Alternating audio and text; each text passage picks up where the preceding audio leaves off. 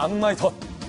제목을 이렇게 준비해봤습니다. 악마의 덫. 이 덫에 수많은 여성뿐만 아니라 다른 M1 사람들도 덫에 빠졌던 사실이 경찰 수사로 속속 드러나고 있습니다. 일단은 한상혁 방통위원장이 N번방에 참여했던 26만 명의 전원에 대한 신상 공개가 가능하다라고 초강수 발언을 했습니다. 26만 명, 돈을 내고 본자, 그냥 본자, 다 누군지, 이름이 뭔지, 얼굴이 뭔지 공개할 수 있다는 겁니다. 이야기 들어보시죠.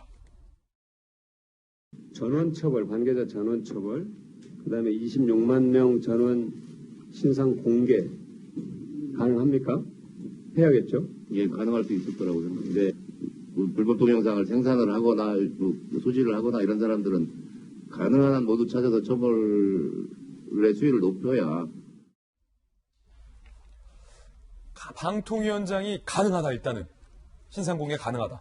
모두 찾아서 신상을 공개하는 것을 검토할 수도 있다라고 얘기했는데, 고승국 변호사님, 네. 일단은 수사적으로 이 수사기법상 그 텔레그램이라는 굉장히 좀 보안스럽고 비밀스러운 그 통신 방에 들어갔던 26만 명 사람을 전원 밝혀내는 것이 가능한지, 그리고 방통위원장이 말했던 것처럼 그들의 신상을 다 공개하는 것도 법적으로 가능한 건지 어떻게 보세요? 사실 방송통신위원장은 이제 공개 여부를 결정하는 분은 아니고요. 그렇군요. 그분의 이제 개인적인 의견이고, 그게 아마 국민들의 마음을 대변하는 것이기 때문에 뭐 저도 공감은 한다고 생각합니다. 그런데 그 텔레그램이라는 게 원래 그 비밀이었던 그 SNS잖아요.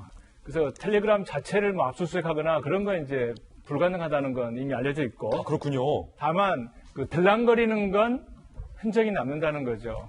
거기서 뭐 돈을 보낸다거나 그 텔레그램 안에서 말고 그 밖으로 텔레그램과 연결되는 과정에서 그 여러 가지 흔적이 남는데, 이번에 보니까 이제 그 텔레그램 운영했던 그 켈리라고 하는 사람이 지금 형을 뭐 1심에서 1년 받고 너무 가볍다 해서 난리가 났는데, 아마 이제 그 몇 사람이 경찰에 협조를 한 것 같아요. 그러니까 그 여러 가지 단초를 제공했기 때문에 그 텔레그램 방 조사하는 그런 것들이 법적으로 이제 가능해졌다. 그 수사기법상 가능해졌다, 이런 말씀을 드릴 수가 있고요. 다만 문제는 정말 깜짝 놀랄 게, 그 안에 있는 것도 좀 잔혹한 거지만 그 26만 명이라고 하는 그 숫자도 참 놀라운 것 같아요. 그러니까요. 이게 물론 중복은 네. 있을 수 있다고는 하지만 뭐 신천지 교인 숫자가 30만 명 가깝다고 저도 깜짝 놀랐는데, 이번에 그 N번방 이 들랑거린 사람들 26만 명이라는 게 정말 놀랄 일인데요. 이 사람들 다 밝혀가지고 이제 정말 신상까지 다 조사하고 또 처벌받을 사람 다 처벌하고, 이런 과정이 그 경찰로서도 이제 엄청난 작업일 것 같습니다.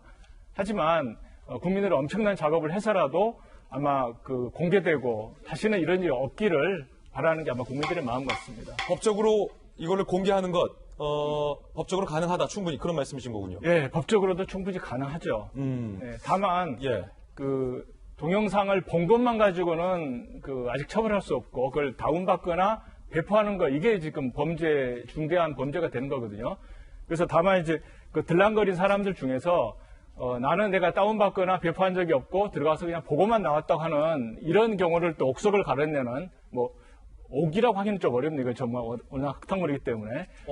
하지만 뭐 그런 어떤 그 가려내는 작업도 좀 필요할 것 같습니다. 아니, 그런데 그렇다면 정육진 변호사님 나오셨는데, 지금 이 N번방 범죄의 특성상 돈을 내고 들어가서 본 사람도 다운만 받지 않았을 뿐이지 사실은 같이 범죄에 가담을 한 거고, 이 신상을 공개한다라는 의미는 일정 정도 이분들도 범죄에 가담했다라는 의미의 어떤 처벌적 성격이 있는 거잖아요. 네네. 현재 법률상 그냥 단순히 본 사람에 대한 처벌이 어려워져서 그런 사람들이 제외되고 뭐 다운받거나 이런 극히 제한한 사람들만 신상이 공개된다면 과연 이게 무슨 의미가 있느냐라는 논란도 일 것 같아요. 일단은 피의자를 공개하는 법률은 두 가지가 있습니다. 첫 번째는 특정 강력 범죄, 아주 중대한 범죄, 대표적인 게 뭐 고유정, 김성수 이런 사람들 공개되지 않았습니까?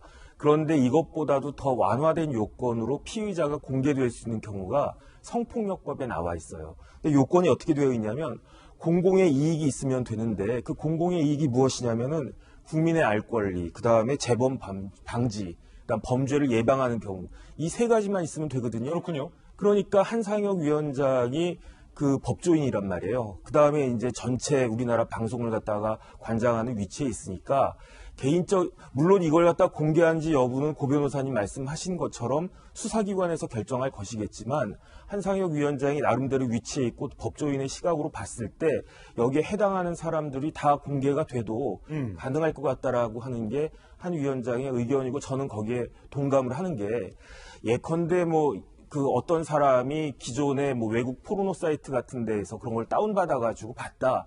그것까지 처벌하는 거에 좀 문제가 있겠죠. 하지만 예. 이 박사방, N번방 이건 뭐냐면은 현장에서 실시간으로 범행이 진행이 되고 있단 말이에요. 그 범행을 갖다가 그냥 본 것도 아니고 여러 가지 복잡한 절차를 거쳐서 그다음 70만 원, 100만 원 그 많은 돈을 갖다가 지급하면서까지 들어가가지고 실시간으로 이걸 갖다 봤다는 이야기이기 때문에 이거는 제가 봤을 때 그 범행의 교사까지는 당연히 안 되겠지만 방조는 충분히 되는 거 아닌가. 그다음에 이런 일 재범 방지돼야 되지 않겠습니까? 예. 그러니까 이런 경우에는 공개되는 것이 타당하다 개인적인 생각입니다. 예, 한상혁 방통위원장도 발언을 하셨고 또 사실은 저희 돌직구쇼 멤버 출신인 안형환 전 의원이 또 방송통신위의 상임위원으로 지난번에 추대가 됐기 때문에 또 안형환 방통위 상임위원을 통해서도 또 그 이후의 조치에 대해서 제가 취재를 해서 여러분들에게 그 이후의 이야기에 대해서도 말씀을 드리도록 하겠습니다.